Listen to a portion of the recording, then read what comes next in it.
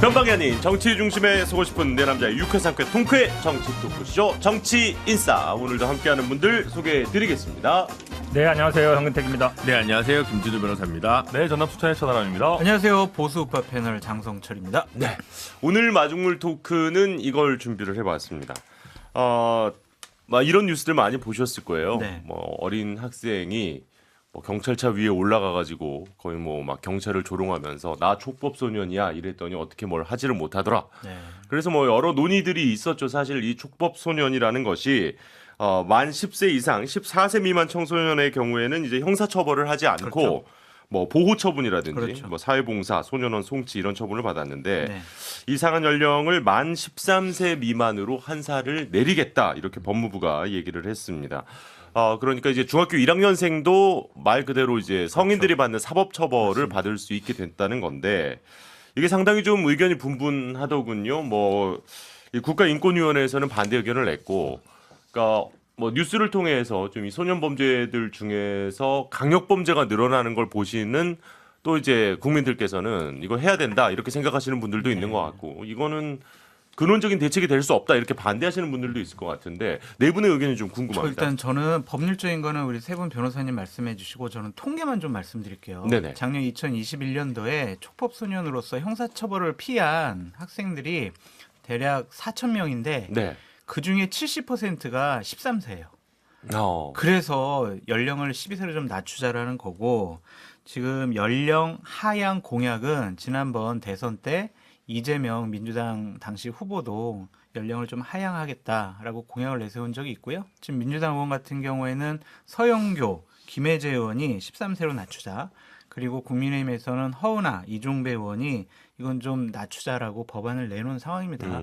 해외사라도 잠깐 말씀드리면 호주와 잉글랜드는 말 10살 미만이 촉법소년이고요. 예. 미국은 10살에서 14살 미만, 캐나다는 만 12세, 프랑스는 만 13살이에요. 그래서 보면은 대략 한 12세가 전 세계적인 추세가 아니냐 그렇게 보여집니다. 네, 말씀하신 미국이 좀 다른 거는 주마다 좀 다르다 그렇죠. 보니까 주마다 그렇게 될 다릅니다. 거고요. 예.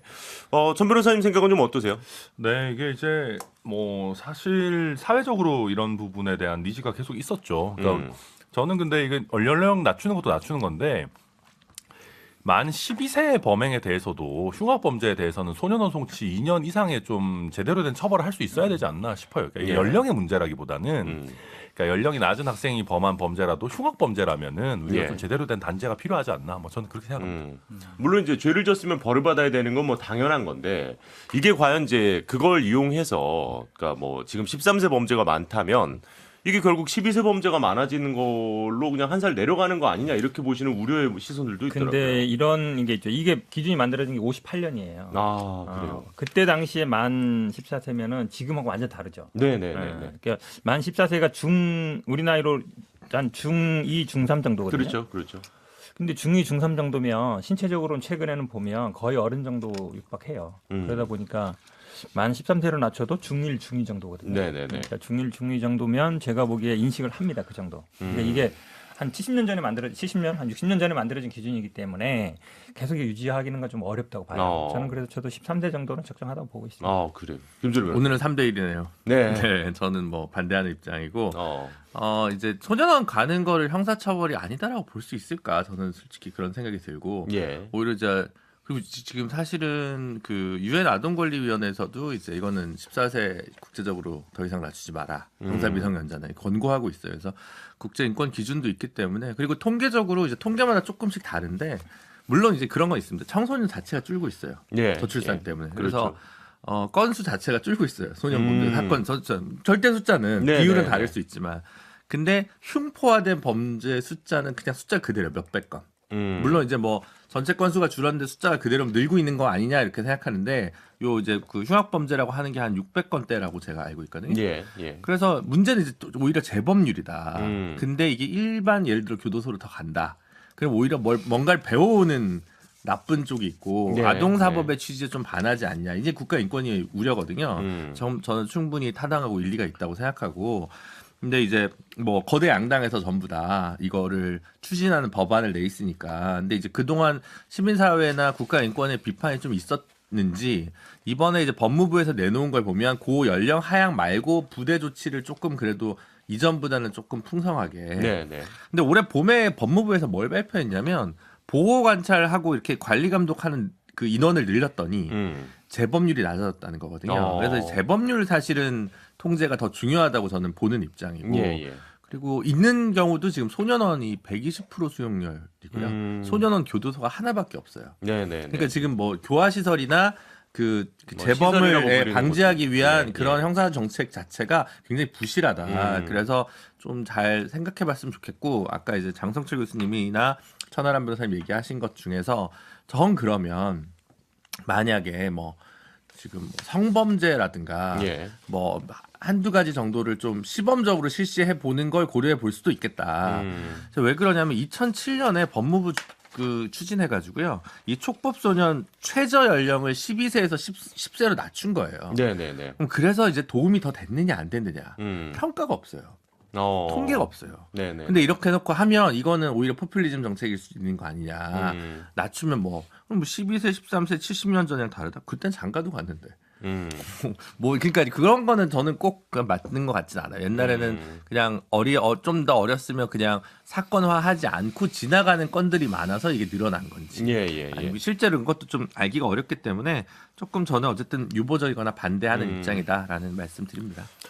네. 근데, 그러니까 문제는 뭐 소년원도 사실상의 처벌이죠. 근데 문제는 우리 법이 지금 소년원 송치를 최대 2년으로 제한하고 있어요. 예. 그러니까 이게 사실 좀 현실과 안 맞는 면이 있다 말씀 덧붙여 드립니다. 사실 이제 소년 범죄를 따로 분류하는 이유 자체는 그런 거 아니겠습니까? 그러니까 이 아이들에게 다시 한번 사회에 적응할 수 있는 기회를 주자는 의미에서 이제 소년 범죄는 또 따로 법원도 따로 있잖아요. 예. 그런 이유일 텐데 아무래도 조금 워낙 강력하고 또 충격적인 사건들이 어린 나이대에서 많이 그럼요. 보이다 보니까 여러 가지 좀 이런 의견들도 있는 것 같습니다. 알겠습니다. 뭐 이게 어쨌든 진행은 당분간에 이게 계속 될 것 같고 국회 이거- 입법사항이니까요. 그렇죠. 논의될 겁니다. 예. 이쪽과 관련해서 또 이야기 나눌 게 있으면 저희가 한번 주제로 잡아보도록 하겠습니다. 마중물 토크는 이 정도 하고요. 예, 청취자 여러분들의 생각도 좀 궁금하긴 합니다만 의견 올려주시면 저희도 한번 살펴보도록 하겠습니다. 광고 다녀와서 계속 오늘의 본격적인 주제 이어가겠습니다. 네, 정치인싸 함께하고 계십니다. 갑자기 이제 국회에서 참 평소에 듣지 못했던 멘트가 하나 나왔죠. 난 이걸 걸 테니 넌 뭘 걸래? 이런 이야기가 나왔는데 이게 이제 김의겸 민주당 의원이 제기한 이른바 청남동 술자리 얘기입니다. 법사위 국감장이었죠. 김의겸 의원이 한동훈 법무부 장관에게 지난 7월에 윤석열 대통령과 한 장관 그리고 법무법인 김앤장 변호사 한 30명 정도가 청담동 고급 바에서 심야 술자리를 가졌다는 제보가 있다. 기억하느냐? 그랬더니 한 장관이 나는 다 걸겠다. 김의겸 의원은 뭐 걸 거냐? 이렇게 말을 했고 오히려 이제 김의겸 의원에 대해서 법적 책임 묻겠다. 그리고 민주당 차원에서 사과해라. 아주 강하게 반발을 하고 있는데 또한 유튜브 매체를 통해서도 이 내용이 나가기도 했습니다. 자, 일단은 제가 어떻게 보시는지 총평을 좀 듣고 네, 그다음에 좀 다른 질문들을 좀 드릴까 하는데요. 누구부터 좀 얘기해 주시겠어요? 김의겸 의원은 팩트 체크를 하지 않은 책임을 져야 한다라는 좀 생각이 들고요. 예. 사실 뭐 국회의원이 뭐든지 물어볼 수 있지만 최소한의 사실관계 확인을 해야 합니다. 그것을 못한 김의겸 의원은 어떤 책임을 져야 되지 않을까? 법적인 책임뿐만이 아니라 정치적인 도덕적인 책임도 져야 한다라고 생각합니다. 예. 제가 한마디 드리면 우리 내 얘기할 때마다 얘기하는데 돈다발 있잖아요. 돈다발 김용판 의원 예. 국감 때 돈다발 사진 다 이거 이재명 시장 때 받은 겁니다. 했잖아요. 바로 국감 도중에 이거 아닌 걸로 결론 났거든요. 네네네. 이분 무슨 책임졌어요? 음. 아무 책임도 안 졌어요. 네네. 근데 김의겸 의원은 근거가 있죠. 녹취록 있잖아요. 예. 더 중요한 건 뭐냐면 그 이재창 총재하고 그 강모 기자 통화를 보면 이재창 총재가 인정하고 있어요. 그때 왔던 것 자체는. 네. 나중에 말을 조금 흐리긴 했지만 그리고 뭐 돈 받았다는 것도 200만 원 줬다고 얘기하고. 근데 그날 그 남자친구와 칠리스 대화록 들어보시면 알겠지만 정말 구체적이에요. 어떻게 했는지까지 다 얘기하잖아요. 뭐 무슨 노래를 들었고 했더니 막 감동까지 막 받으라. 그 지연에서는 그렇게 얘기하기 힘들거든요. 근거 이씨 얘기한 거예요. 김의겸 의원이 이 정도 얘기할 수 있죠. 국회의원이 이런 걸 못하면은 역할이 있어요. 근데 그날이 아시잖아요. 19일 날 밤이고 20일 날 7월 20일 날인데 20일 날 실시까지 있었다는 거잖아요. 근데 마침 20일 날 원래 오전에 여가부 업무 보고 있었잖아요. 예. 그때 연기됐을 때 다들 그랬거든요. 아, 어젯밤에 한잔 하셨나 보다. 딱 그 얘기 했었잖아요. 딱 맞는 거잖아요, 정황상. 그러면은 그 당시에 그럼 그런 일이 있었다라고 딱 볼 수밖에 없는데 이거를 국회의원이 뭐 얘기했다고 해서 사과하라 그러면 왕이에요? 저는 그런 얘기밖에 못 하겠어요. 아니 왕도 사실은 뭐 밤에 술 먹을 수 있죠. 근데 그걸 가지고 무슨 뭐 대노하고 무슨 뭐 국격이다 얘기하면 이 새끼는 뭐 국격을 잘 지킨 거예요? 말이 되는 얘기를 해야죠.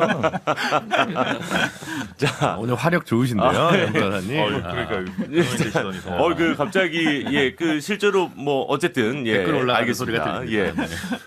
예. 전 변호사님 얘기도 좀 듣고 그다음에 조금 한번 제가 질문을 좀 돌려볼 테니까 일단 네 분 의견 먼저 듣고 제가 그러니까 우리가 국감의 수준을 김의겸, 김용판의 수준으로 낮출 거냐? 그냥 핵심은 그거라고 봐요. 그러니까 김용판도 그렇게 따지면 그때 당시에 내가 이 돈을 뭐 갖다 줬다라는 사람의 얘기는 있었을 거예요. 그러니까 결국 사진도 있었지. 네, 사진도 아마 김용판 의원도 그 갖다 준 사람의 얘기가 뭐 어느 정도 신빙성 있다라고 믿고 얘기한 거겠죠. 예. 근데 그러니까 우리가 근데 국감에서 국무위원에 대해서 나름대로 특히 이렇게 뭐 대통령이든 아니면은 야당의 대선 후보든 큰 인물에 대해서 중요한 의혹을 물을 때는 최소한의 팩트 체크가 있어야 된다라는 게 당연한 얘기잖아요. 근데 이게 뭐 저는 김의겸 의원 이렇게 하는 거 보면서 속으로 아니 민주당에 내가 모르는 무슨 한동훈 선거 캠프가 있나?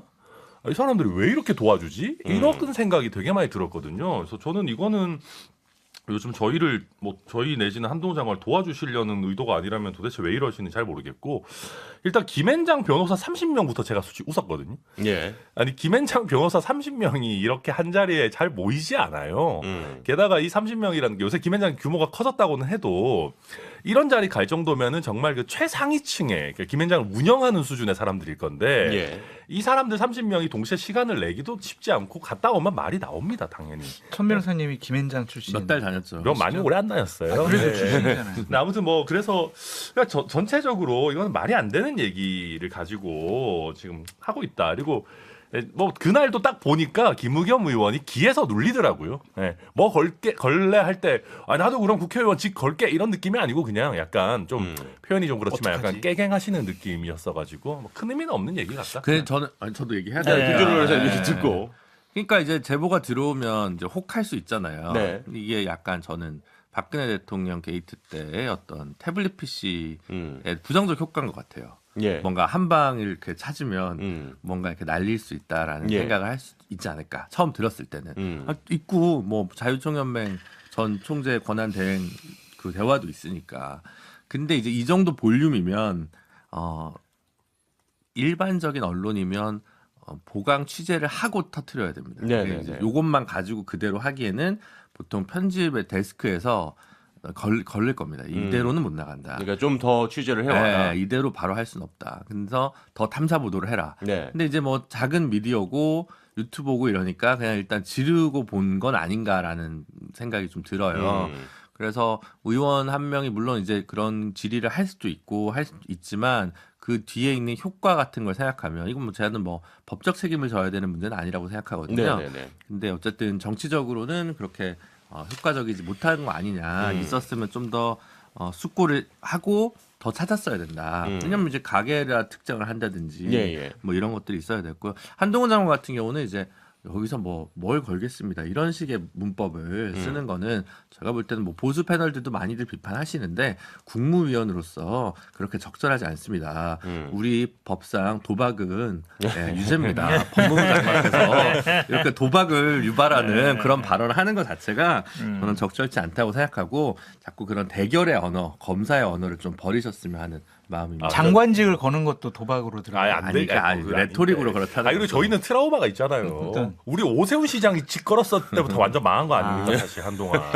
네. 이런 거 하면 안 돼요. 이제 아니 오세훈 시장까지 저격하면 천하람 변호사 어디까지 가려는 거예요? 조광특위 지금 열리고 있어요. 어디까지 조광특위 진정. 자, 알겠습니다. 뭐 일단 아니, 네 분의 물론- 의견을 쭉 들어봤고 네. 현 변호사님 뭐 더 하실 얘기 있으신 아니 것 물론 같은데. 말씀처럼 뭐 네. 보강할 수 있죠. 예를 들어 가게를 특정하거나 아니면 주인을 만나보거나 뭐 김앤장 변호사 중에 만나보거나 할 수는 있을 텐데 이 사람들이 아마 딱 이게 아마 취재가 들어가는 순간 입을 닫겠죠. 그러다 보니까 아마 그 강진구 기자도 보니까 그 특보라는 분하고 이제 통화하고 그다음에 아마 첼리스트까지는 통화를 못한 것 같아. 하려고 했겠죠. 네네네. 근데 이제 이게 딱 터지는 순간에 못한 것 같은데 저도 사실은 조금 그런 아쉬움이 있어요. 조금 이게 체크를 해서 결국은 그래도 현장에 한번 가보고 그다음에 좀 그 전후 사정이라든지 이런 걸 좀 보고 할 필요는 있었다라고 봐요. 네. 그다음에 약간 녹취만 하고 하면은 사람 말만 가지면 뭐 사진이라든지 아니면 현장이라든지 이런 게 좀 나오는 게 낫거든요. 근데 그런 거는 조금 아쉬움이 있는데 그래도 이거를 전혀 없었던 사실이다. 이렇게 얘기하기는 그 특보와의 대화도 보면 뭐 특보가 아니라 연락 그 총재 권한대행. 권한대행 특보인가 특보 아닌가? 자유총연맹 총재 권한대행. 총재 아니 그 사람 말고 누구요? 총재 권한대행 말고 네. 또 한 사람이 있어요. 어. 그 돈을 보낸 사람은 그 다른 사람이거든요. 그 특보. 특보. 네. 총재 특보. 알아요. 예, 예. 유모 씨. 예, 유모 씨. 그분도 보니까 얘기하는 거 보니까 없었던 사실은 아닌 것처럼 얘기하고 있거든요. 그래서 제가 보기에는 뭐 사실 가능성이 많고 우리 장 소장님도 뭐 잘 아실 것 저 같아요. 많이 들었는데 네. 그 유튜브는 돈을 자기가 보내줬다라는 것만 시인을 했지 그런 자리가 있었다라는 것에 대한 확인이 아니에요. 그러니까 자기가 잘 그쵸. 모른다고 그랬어요. 그렇죠. 보내주는 건 맞다 그랬지. 그러니까 아니, 본인이 뭐 200만 원 그걸 네. 보내준 거는 맞다라고 했고. 자, 제가 여기서 이제 이 타이밍에 좀 질문을 좀 바꿔보고 싶은 건 뭐냐면, 그러니까 이 일이 있었는지 없었는지는 지금 현재로서 우리가 알 수 있는 방법은 없습니다. 없었습니다. 예, 없었습니다라고 단정적으로 말씀하실 아니, 수도 없었어요. 없습니다. 예. 네. 그런데 이게 이제 그 뭐 민주당에서는 그렇게 주장하고 있지 않습니까? 떳떳하다면은 뭐 동선을 밝혀라 뭐 이렇게 얘기를 하고 있고, 그렇지만 또 민주당 당 내에서도 약간 조금 과했다. 이건 이게 좀 정확한 명중을 시키지 못했다라고 이제 내부에서도 비판의 목소리도 좀 들려오는 것 같은데, 그런데 당 지도부는 현재로서는 지금 이 논점을 거둬들일 생각은 없는 것 같습니다. 그러니까 김의겸 의원 개인이 이 제보를 받고 그냥 이렇게 터뜨렸다기보다는 당 지도부에서도 어느 정도 이거는 공격 포인트가 되겠다라고 생각하고 있는 거 아니겠습니까?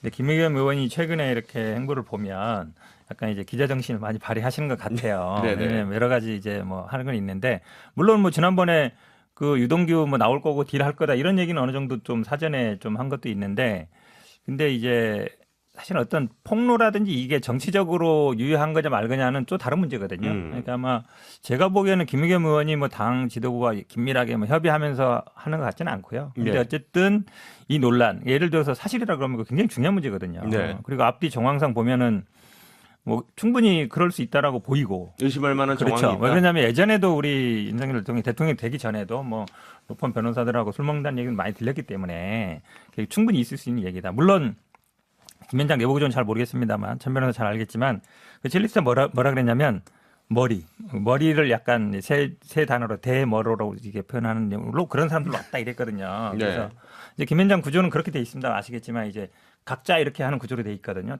어찌 보면 하나의 전체적인 틀로 돼 있는 게 아니라 그렇죠. 각자 이렇게 쪼개져 있기 때문에 네네네. 거기에 이제 대 땡땡들만 왔다라고 얘기한 거라서 뭐 충분히 있을 수 있지 않은가 이렇게 보여요. 민주당이 이러는 이유는 두 가지예요. 하나는 지지층을 좀 결집시키려고 하는 거, 예. 지지층의 환호를 받고 싶어하는 게 있고, 또 하나는 세상을 현혹시키려는 거죠. 대통령과 법무부 장관이 술을 먹었대. 결국에 남는 건 이런 얘기만 남을 거예요. 그래서 이런 유언비어를 통해서 사람들을 좀 속이려고 하는 것이 아니냐라는 좀 생각이 드는데, 저도 국회에 있을 때 많은 제보를 받아요. 예, 국감 때 이거를 터트려달라고 많은 제보를 받는데, 저희들이 항상 조심하는 게 뭐냐면 1차적인 제보가 들어오면 2차, 3차적인 팩트 확인에 들어갑니다. 저에게 만약 이러한 제보가 들어왔으면 두 가지를 기본적으로 저는 팩트 확인을 했을 거예요. 뭐냐면 장소가 어딘지, 구체적인 장소, 그리고 가봅니다. 가봐서 진짜 그 묘사한 대로 맞는지 보고 예. 첼리스트랑 통화하는 것은 기본 중에 기본이에요. 이러한 녹취록이 있는데 이거 맞아요?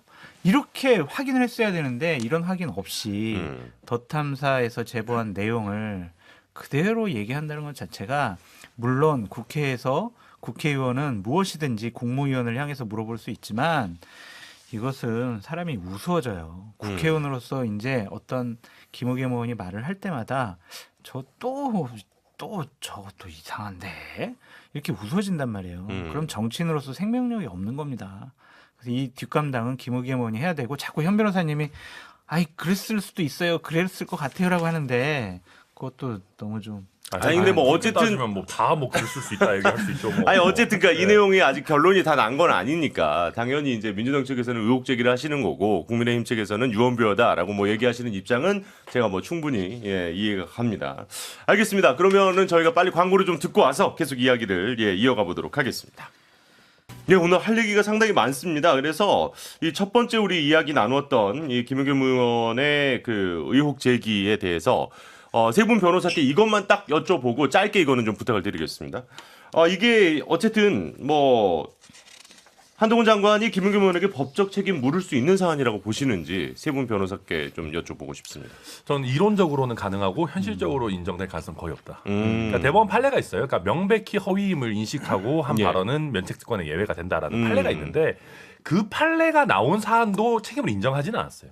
아하. 예, 그래서 실제 이걸 인정한 경우가 거의 없기 때문에 그렇군요. 저는 이번에도 이거 쉽지는 않을 거다. 근데 소송할 수는 있다. 일단은 그 어쨌든 이세창 그 자유총연맹 총장 권한대행과의 통화가 제가 이제 김의겸 의원이나 더 탐사의 뭐 변호인이라면 네. 이게 크로스 체크의 근거였다. 그러니까 이제 우리는 이게 사실이라고 믿을 만한 올인할 만한 충분한 근거가 있었다고 할 수 있고 그렇게 된 경우에 충분히 디펜스가 될 수 있기 때문에 네. 뭐 면책 특권이 없더라도 법적으로는 조금 그래도 안전핀이 하나 있지 않나. 적어도 형사적으로는요. 그래요? 민사적인 문제는 좀 별도니까. 네, 그렇습니다. 저는 뭐 민형사상 그러니까 사실 면책특권이라는 걸 민형사상 책임을 지지 않는다는 거예요. 네네네. 그러니까 민사상 책임도 질 일은 없고 유일하게 이제 한동훈 장관이 할 수 있는 거는 이제 시켰다, 교사했다, 뭐 이런 거 같은데 아니 제보받는 거를 뭐 교사라고 치면 네. 뭐 국회의원들 다 걸려요. 왜냐면 다 제보받아서 하는 거잖아요. 그러니까 자꾸 뭐 협조한 거 아닙니까, 배우 아닙니까, 뭐라고 하는 게 그 자체 발언으로 문제 못 삼는 거예요. 네. 그러니까 뒤에서 뭔가 한 거 아니냐, 도움을 준 거 아니냐, 예를 들어서 뭐 사주한 거 아니냐, 뭐 이런 거 한 걸 문제 삼을 것 같은데 그거 자체를 문제 삼는 건 제가 보기 불가능하다. 아하. 저는 민상사상 책임질 일 없다라고 봅니다. 일단은 알겠습니다. 그러니까 궁금하시는 분들이 좀 있을 것 같아서 법적인 부분에 대해서 좀 여쭤봤고요. 다음 주제로 좀 넘어가겠습니다. 형택 변호사님이 이번 주에 좀 기사에 많이 나오셨어요. 많이 나왔나요? 하피플, 잘 많이 예. 나온지 잘 모르겠는데. 김용 민주연구원 부원장과 관련한 이야기 우리가 지난주에서부터 이제 아마 계속 나누게 될 거다라고 얘기를 했었는데 변호인단에 합류를 하셨습니다. 근데 뭐 좀 편하게 말씀하시기가 어려운. 아니 괜찮습니다. 괜찮아요? 저 부원장 동기잖아요. 같은 예. 날 있는 때마다.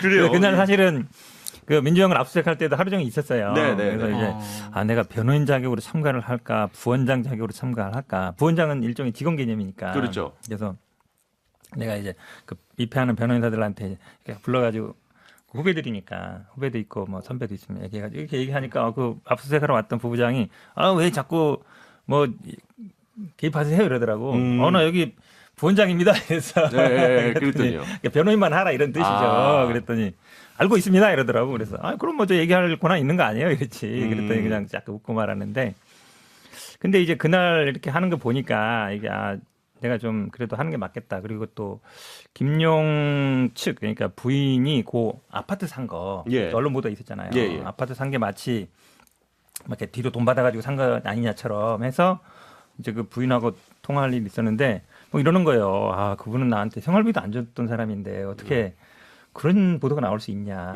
자기가 뭐 회사 다니거든요. 한 30년 정도 다녔어요. 그래서 월급 받고 대출 받고 뭐 전세 끼고 해서 사고 이렇게 한 건데 이거를 뒷돈 받아서 산 거는 굉장히 좀 그렇다. 되게 그래서 이제 부인을 만났고 부인이 이제 저를 좀 도와달라 이래서 어쨌든 이제 변호인단에 참여하게 된 거죠. 지금 접견도 계속 하셨을 거 아니에요? 그렇죠. 그러니까 지금 상황이 이제 구속되고 5일 동안은 매일 불렀어요. 아침부터 네네네. 저녁까지 밤늦게까지. 네. 5일 동안은 진짜 열 몇 시간씩 계속 조사했는데 검찰청 조사는 이것도 약간 트릭인데 뭐 중앙지검 가보신 분은 알겠지만 그 6층은 변호인 접견실이 따로 없어요. 네. 다른 층들은 따로 있거든요. 네. 근데 원래 변호인 접견은 지켜만 보게 돼 있어요. 교도관이. 내용을 못 듣게 돼 있거든요. 네. 근데 변호인 접견실이 없는 그 빈 방에서 하다 보니까 교도관이 안에 들어와 있어요. 그럼 이제 그 하는 내용들을 교도관이 이제 듣는단 말이죠. 당연히 그럴 수밖에. 그게 약간 제가 보기에는 약간 어찌 보면 편법이에요. 원래는 따로 이렇게 되고 지켜만 봐야 되는데. 네네. 그래서 사실은 이제 어제 오늘은 이제 조사를 안 불렀거든요. 예. 그래서 어제 일요일에라도 접견이 안 돼요.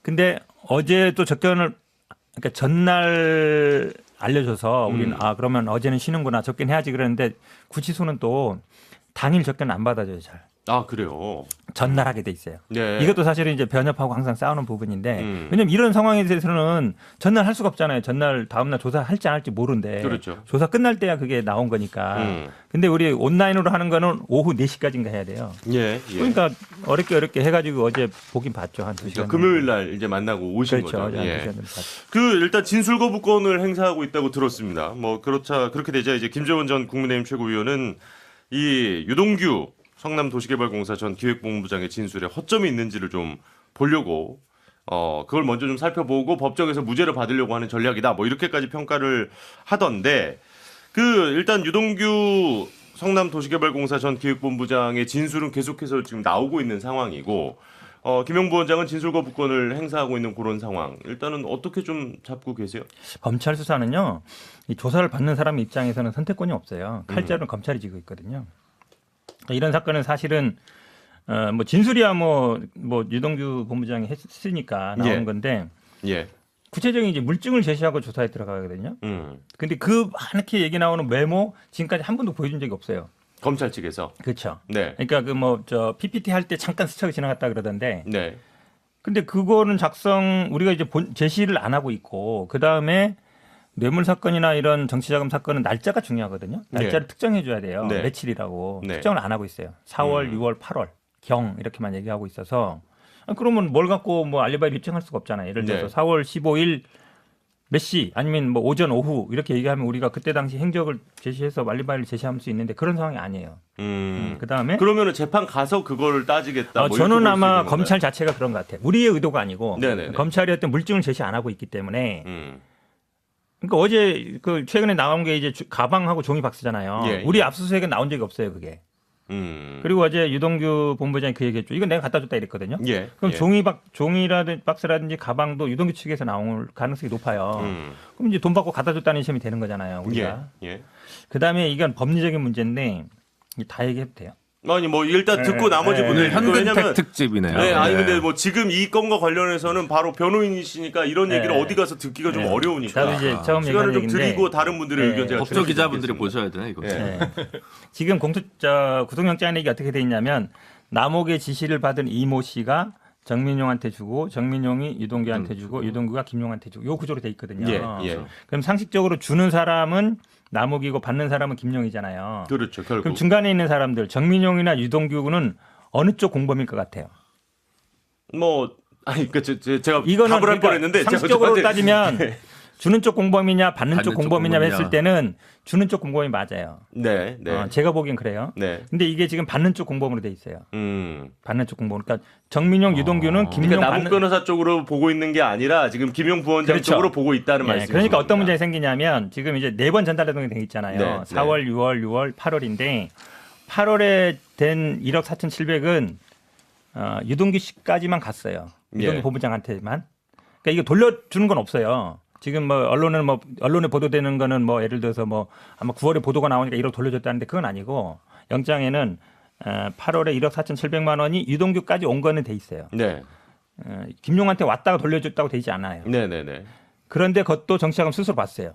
왜 그러냐면 정민용, 유동규가 김용의 공범으로 돼 있기 때문에. 예, 예.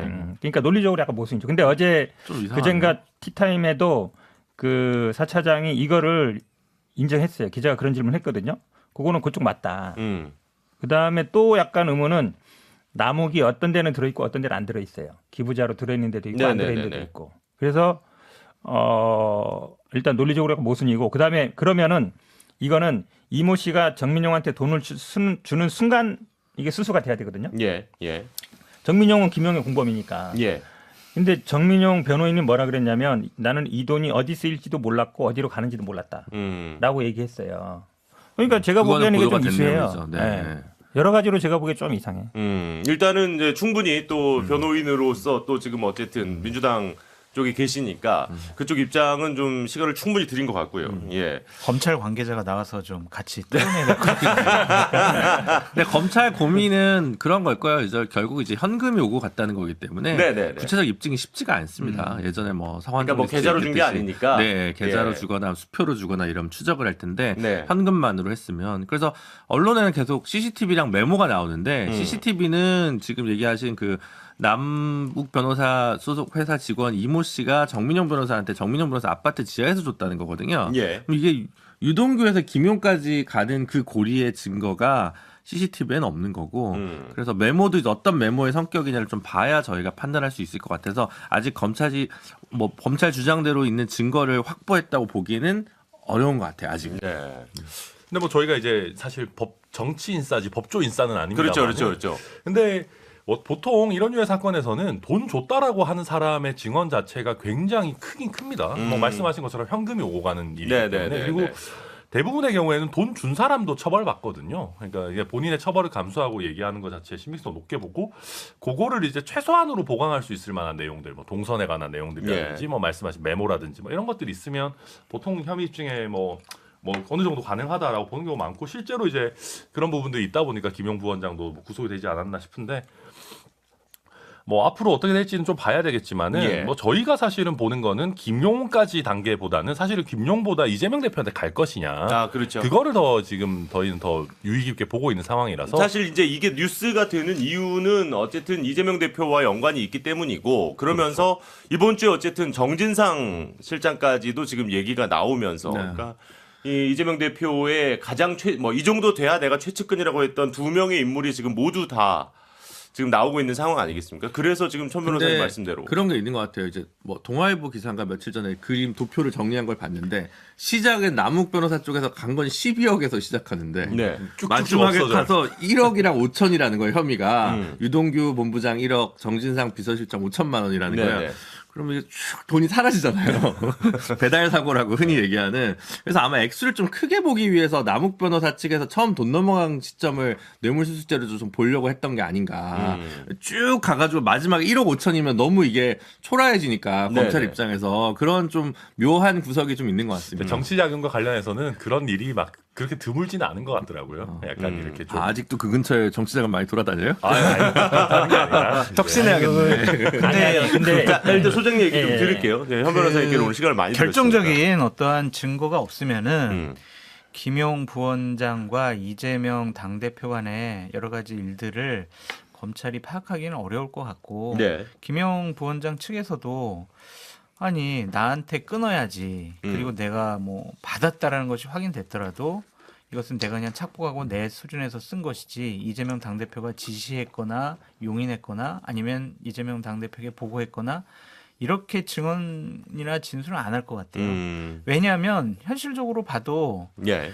이재명 당대표가 무사해야 김용 부원장 같은 경우는 자기가 어떤 사법 처리를 받고 난 다음에라도 예. 정치적인 제기를 할 수가 있지 같이 불어서 같이 들어가면 이것은 정치 미래가 없거든요. 그래서 우리가 어떠한 증언이나 증거를 검찰에서 갖고 있는지는 아직 파악이 잘 안 되지만 예. 전 이 사건은 김용, 정진상 본인들이 자기 선에서 끊을 것 같아요. 사실 근데 유동규 전 본부장이 계속해서 지금 그 보도거리들을 지금 던지고 있는 상황 아니겠습니까? 그래서 이건 좀 더 지켜봐도 될 것 같다 뭐 하나만 더 이런 생각이 드는데 말씀드리면 유동규 본부장은 이재명 당시 성남시장을 직접 거래를 안 했던 것 같아요. 그러니까 여러 가지 얘기를 들으면 내가 정진상 술 사줬어, 뭐 나 김용한테 돈 줬어 이거지. 네. 이재명 당대표에게 직접 뭐 돈을 갖다 주거나 아니면 만나서 뭔 얘기를 한 증언이 아직 나오지 않고 있거든요. 예. 예. 그렇다면 이재명 당대표와는 뭐 그렇게 뚜렷한 뭐가 없지 않을까? 그렇게 추측해 봅니다. 그래서 이제 요새 지금 뭐 클라우드도 뭐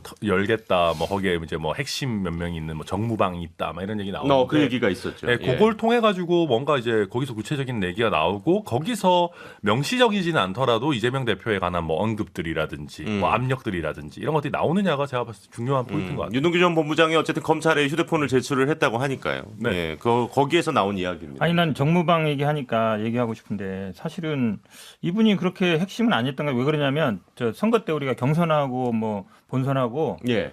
이 대표 들어있는 정무방에 제도 몇십 개 들어 있었어요. 네네. 멋있게 있고 네. 거기에 들어 있거든요. 이재명 대표도 들어 있는 경우도 많은데 그거를 없었다 그러잖아요. 거기 자기는. 그러면 위험한 방이라서 안 들어갔겠죠. 그만 봐. 여기 위험한 사람들인데. 왜냐하면 이재명 대표가 그렇게 뭐 이 선거나 이럴 때 사람들 뭐 소수만 한 게 아니라 막 한 1,000명 있는데도 들어오고 해서 하시는 분이에요. 본인 네. 의견도 제시하고 그냥 SNS 적극적으로 하시는 분이니까. 근데 뭐 본인은 뭐 핵심들 다 모아놓아서 뭐 측근그룹이라고 하는데 거기에 뭐 이 대표 없었다고 얘기하잖아요. 본인 스스로. 그리고 클라우드도 사실은 자기도 뭔 내용이 있는지 모른다 그랬어요. 네네. 네. 그다음에 나는 이 메모 얘기를 계속 뭐 하고 싶은데 원래 이 메모 작성한 분이 이모 씨라고 회계 담당이잖아요. 예. 근데 아시겠지만 남욱 회계 담당이면 얼마나 복잡하겠어요. 제가 보기에 대장동에서 벌은 게 1,000억 넘거든요. 예, 예. 그러면은 수백억, 수십억이 수시로 왔다 갔다 했을 거예요. 다 적어놨을 거 아니에요. 음. 근데 들어보니까 이거는 어떤 장부의 일부가 아니고 예. 요 사건에 대한 것만 따로 적어놓은 거예요. 기계적으로 장부를 쭉 적어놓은 게 아니고 매월 며칠 장부 적어놓은 게 아니고 이제 만약에 그런 게 나온다 그러면 그건 뭐 신뢰성이 있을 수 있죠. 요 사건에 대한 것만 적어놨다는 거예요. 그것도 정민용한테 간 것까지만. 네. 그러면 그게 무슨 김용한테 전달되는 증거가 될 것이며 그 수많은 1,000억이나 넘는 돈을 다 여기저기 뭐 많이 왔다 갔다 했는데 그 중에 요것만 딱 골라서 적을 이유가 있어요? 그 내용은 약간 장부와 이제 그 신뢰성에 대한 부분은 지난주에 또 얘기를 해주셨으니까 요 정도로 일단 듣고 또 어차피 지금 유동규 전 본부장은 계속해서 뭐 대외적으로도 뭐 여러 이야기들을 하고 있으니까 뭐 짧게 조금 더 말씀드리면 다음 주제를 좀 넘어갔으면 주제. 좋겠습니다. 넘어가야죠. 어차피 우리가 한두 번은 충분히 이 얘기를 할 할 수 있는 거니까요. 예. 네. 감사원 얘기 좀 하겠습니다. 감사원과 또 국정원 관련된 이야기 우리가 오늘 여기까지는 좀 해야 될 것 같아요. 시간이 얼마 남지 않았는데 짧게라도 해보죠. 국정원 국감에서 특히 이제 서해 공무원 피살 관련해서 되게 중요한 단어가 월북이었지 않습니까? 근데 국정원 이제 첩보 SI에 월북이라는 단어가 들어가 있었다라고 밝혔다는 내용이 있었습니다. 국정원이 합참보다 먼저 표류 사실을 알았다는 감사원 발표에 대해서는 사실이 아니라고 했습니다.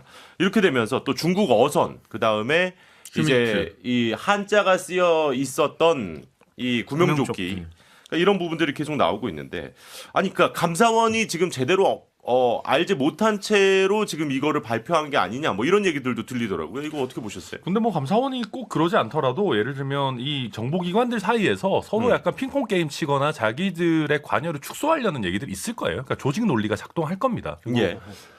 그래서 예를 들면 합참이나 국정원이 서로 약간 미루고 있는 부분들도 분명히 있을 것 같고 그리고 책임을 사실- 조금 피하기 위해서. 네. 그리고 사실 SI의 월북이라는 얘기가 나왔다는 거는 뭐 옛날부터 사실 알려져 있었던 내용이거든요. 그래서 어떻게 특별한 건 아닌 것 같고, 그러니까 이런 거 가지고 지금 약간 노이즈가 좀 나오고 있지만. 오히려 최근에 이제 국회 정보위에서 나오는 얘기들을 보면은 예. 무슨 박지원 원장이 배포된 첩보도 전부 없애라 그랬다. 뭐 심지어는 복구가 불가능한 서버에 있는 내용들도 삭제하라 그랬다라고 해서 이게 뭐 그냥 사본을 삭제한 정도 수준이 아니다라는 얘기들 점점 나오고 있고 좀 구체적인 얘기들이 나오고 있거든요. 그리고 지금 그래서 반대로 이제 반박을 한 내용은 최근에 이제 그 세 분이 서욱 그리고 이제 그 전 문재인 정부 시절에 안보실 쪽 분들이 이제 또 기자회견을 국회에서 그렇죠. 했습니다. 하면서 지시한 적 없다. 그랬더니 이제 또 본인이 직접 삭제할 수 있다. 뭐 이렇게까지 지금 국정원장은 가능하다. 뭐 지금 이렇게까지 또 게다가 논의가 이어지고 있는 상황인데요. 구속된 분들도 약간 서훈이 지시했다라는 쪽으로 지금 얘기가 나오고 있는 것 같아서 한번 좀 지켜봐야 될 것 같습니다. 그래요. 서욱 전 국방부 장관은 검찰 조사에서 내가 서해 피격 첩보 제한하라고 지시했다라고 진술했다라고 지금 알려지지 않고 있겠습니까? 않고 있죠. 말이 무슨 알려지고 있는 거 아니에요? 예. 알려지고 있지 않습니까? 네네. 그러니까 이게 삭제냐 아니냐 이거를 보는 관점이 좀 다른 것 같고 월북이라는 단어가 SI에 있었다라는 거는요 북한군이 얘기했다라는 거예요. 그러니까 넘어가서 피격당했던 그분이 월북할게요 이게 아니라 북한군이 월북이라는 단어를 썼기 때문에 이것이 월북의 증거로 이용되기는 좀 어렵지 않을까라는 생각이 드는데 비판하고 싶어요. 국가의 기관들이잖아요. 네네. 감사원 얘기 다르고 합참 얘기 다르고 지금 국방부 얘기 다르고 국정원 얘기가 다 달라요. 이거 어떻게 해요 이거. 우리 판단을 어떻게 해야 될지 모르겠어요. 그러니까 잘못한 이러면 안 거죠. 돼요. 이게 원래 왜냐하면 지금 계속 이 SIA 우리가 나왔지만 그때도 다 알고 있었어요. 그러니까 먼저 얘기한 게 아니라 북한 군인이 월북 의사가 있냐 했다니까 내라고 했다라고 나오는 얘기 나오는 거잖아요. 근데 지금 그거를 기진맥진한 상태에서 그냥 뭐 그렇죠. 진심이 죽게 아니고 생겼는데, 진위가 지금. 아닌 상태에서 네. 얘기했다라고 얘기하는 건데 그것까지 어떻게 알아요? 우리는 그냥 나오는 대화만 아는 것이지. 그다음에 지금 이종석 국방장관도 국회 나와서 얘기했잖아요. 서욱이 삭제했다는 자료 원본 갖고 있다. 우리 연락 네. 가능하다. 네. 그럼 한마디로 원본은 여기 있는데 사본을 딱 전파했단 말이에요. 근데 그 사본들을 삭제했다고 지금 삭제했다는 거잖아요. 그게 말이 돼요? 원래 정보라는 거는 저도 정보 오래 다뤄봤는데 항상 기간이라든지 배포선을 최소화시킵니다. 원래 주는 데가 있어요. 주는 데가 정해져 있고 그거는 만약에 기간 며칠 지나거나 했으면 폐기해라라고 합니다. 네. 근데 원본은 우리가 갖고 있어요. 네. 필요하면 언제든 다시 줄게. 하지만 니들이 그걸 보관하고 이러지 마라. 그 기본 원칙입니다. 더 중요한 정보일수록 더 그렇습니다. 근데 그거를 가지고 폐기했다. 이렇게 얘기하면 좀 이상한 거죠. 근데 그 뭐 밈스가 뭐냐라고 물어봤는데 잘 대답도 못하고 이제 전반적으로 감사원장이나 감사원 사무총장이 이 문제와 관련해서 확실히 딱 틀어지고 파악하고 있다는 인상을 못 받았어요. 국감 때. 네. 그런 면에서 봤을 때 그리고 지금 윤석열 정부의 국정원과 감사원이 지금 붙고 있는 거잖아요. 그렇죠. 그렇게 그런 면에서 봤을 때도 이게 감사원은 뭐 대통령 그런 건 아니니까요. 네. 지원기관인데. 이관섭 수석이랑 그렇게 얘기하는 사무총장인데 지원기관이라고 원장이. 뭘 모르셔서 하는 말씀인데라고 얘기할 걸요 그분들. 일단 주준우 의원 얘기 네. 마저 드릴게요. 그런 면에서 봤을 때는 이게 지금 다소 무리한 전방위적 감사를 하면서 뭔가 거칠었다라는 게 좀 드러난 장면이 아닌가 싶고 그런 면에서 좀 어쨌든 뭐 지난 정부 공격한다고 지지율 올라가는 거 아니라고 제가 몇 번을 말씀드렸고 네네. 몇 달째 말씀드렸고 근데 글쎄요 뭐 개변은 나름대로 사명감 혹은 본인의 일신을 위해서 열심히 노력하겠지만 너무 거칠게 이 문제를 다루면 오히려 그 이후의 감사들도 신뢰를 더 잃을 것이다라는 경고를 좀 드리고 근데 싶습니다. 저는 만약에 이게 이제 사실은 서욱 장관이나 뭐 해경청장에 대한 영장이 구속영장이 기각이 됐다면은 저도 뭐 김 변호사의 말씀에 어느 정도 일리가 있다. 이게 약간 좀 너무 급하게 막 이렇게 전방위적으로 가는 거 아니냐라고 할 수 있는데 이게 영장이 발부됐다라는 얘기는 우리가 전체 정보가 다 공개되지 않아서 그렇지 뭔가 문제가 있고 실체가 있으니까 법원이 개입을 했다라는 얘기거든요. 게다가 네. 이 사람들 구속하는 거 간단한 문제 아닙니다. 이 사람들 다 신분이 확실한 사람들이고 주거가 일정한 사람들인데 이 뭔가 이거 우리가 모르는 부분들이 분명히 있다라는 거거든요. 게다가 지금 뭐 밈스나 이런 거 저도 솔직히 뭐 운영해 본 적 없어서 모르겠습니다만은 이게 데이터베이스에 있는 정보를 삭제하는 거에 대해서는 가면 갈수록 이게 엄격해질 수밖에 없습니다. 예. 그러니까 현 변호사의 말씀처럼 처음부터 정보를 통제해서 안 올리면 모르겠는데 올라간 정보를 제대로 된 어떤 체계 없이 삭제해버린다? 이렇게 하면은 우리가 데이터베이스에 대한 공격들을 제대로 사법 처리를 못하게 되는 결과가 될 수 있어요. 예. 아니 근데 저는 어떤 생각이 드냐면 법원에서 판단했을 때는 감사원의 보도자료랑 고발 내용에 근거했을 것 같아요. 네. 국정원의 크로스체크 입장이 나오기 전에 법원에서는 그걸 판단했을 거고 그래서 그 문제가 하나 있다는 거고 두 번째는 밈스 삭제는 지난 몇 년간 35,000건 됐다는 거 아니에요. 네. 그러니까 정확히는 삭제가 아니라 열람 등급 권한을 재조정하는 거라고 저는 생각을 하거든요. 원본은 그대로 있는 상황에서 네. 어느 부대까지 이것이 열람할 수 있느냐의 개념으로 좀 봐야 된다는 거고 그래서 저도 물론 일상적인 사건이라고 하면 이게 구속된 것만으로도 그래도 뚜렷한 좀 뭔가 추가적인 게 있지만 지금 새로 나온 이 문제 때문에 약간 이런 상황이었다면 법원의 판단이 좀 달라졌을 수도 있는 측면도 고려할 수 있는 거 근데 아니냐라는 저는 거죠. 이 정도 국정에서 나온 얘기는 당연히 그 내용 안에 포함되어 있을 거라고 봐요. 사실 뭐 그렇게 대단하게 새로운 내용은 아니거든요. 그리고 이게 뭐 밈스 우리가 잘 모르는 상황에서 얘기하는 게 뭐 큰 의미가 있겠습니까만은 정상적으로 어떤 체계를 거쳐서 일상적으로 삭제되는 거랑 이런 식으로 막 퇴근한 직원 새벽에 불러가지고 갑작스럽게 삭제하라고 하는 거는 전 다르다고 봅니다. 알겠습니다. 일단은 저희가 이제 슬슬 마무리를 해야 될 시간이 벌써 돼버렸는데 와 오늘 이야기들이 사실 저는 그 국정원 기조실장 얘기까지 좀 하고 이건 싶었는데 진짜 중요한 얘기인데. 일단은 빨리 마무리 광고 듣고 와서 슬슬 정리를 좀 해보겠습니다. 네, 정치인싸입니다. 벌써 이제 마무리할 시간이 됐는데요. 오늘 좀 못다한 이야기 어떻게든 좀 시간을 마련해 보도록 하겠습니다. 진짜 오늘 다양한 주제 가지고 이야기를 했는데 그만큼 요즘 현안들이 많은 것 같습니다. 우리 또 다음 주에 모여서 또 이 이야기들 계속 나눠 보도록 하겠습니다. 네 분 수고 많으셨고요. 우리 또 다음 주에 뵙겠습니다. 고생하셨습니다. 감사합니다.